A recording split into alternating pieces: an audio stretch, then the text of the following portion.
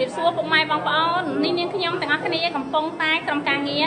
កំពុងតែនៅក្នុងក្រុមហ៊ុនអាចផ្នែកអាចធរcareតែម្ដងចានៅជិត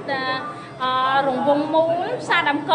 ក្រោយកាល់តិចចា Terry President ជាន់ទី3ណាចាកំពុងតែនៅទីហ្នឹងចារងចាំទទួលនៅភ្ញៀវកិត្តិយសទីស្នេហាមកផ្លុំសរសៃមកថែរក្សាពំសុខភាពថែទាំសុខភាពនៅទីនេះតែម្ដងពុកម៉ែបងប្អូនណាចាប់អារម្មណ៍សូមអញ្ជើញមកណាចា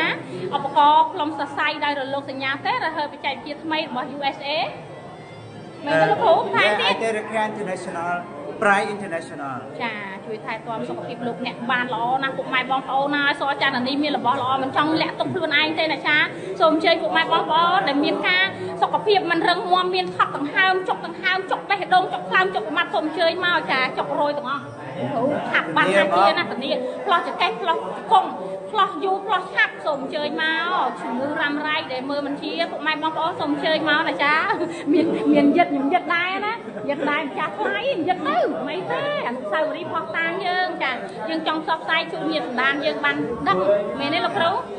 ចានាងខ្ញុំនៅប្រចាំការនៅក្រុមហ៊ុនប្រៃអាចធរcareតែម្ដងចិត្តរំពោះផ្សារដើមកក្រោយរ៉ាសាំងកាល់តិចTerry President ជាន់ទី3ណាចាសូមអញ្ជើញមកផ្លូវ388ចាតែលេខផ្ទះលេខណាទេលោកគ្រូតាមមើលតាម location ចាផ្លូវ388សាទួលស្វាយព្រៃ2ចិត្តផ្សារដើមកចាចិត្តផ្សារដើមកតែម្ដងចាអរគុណច្រើនសុខសប្បាយទាំងអស់គ្នាណាចា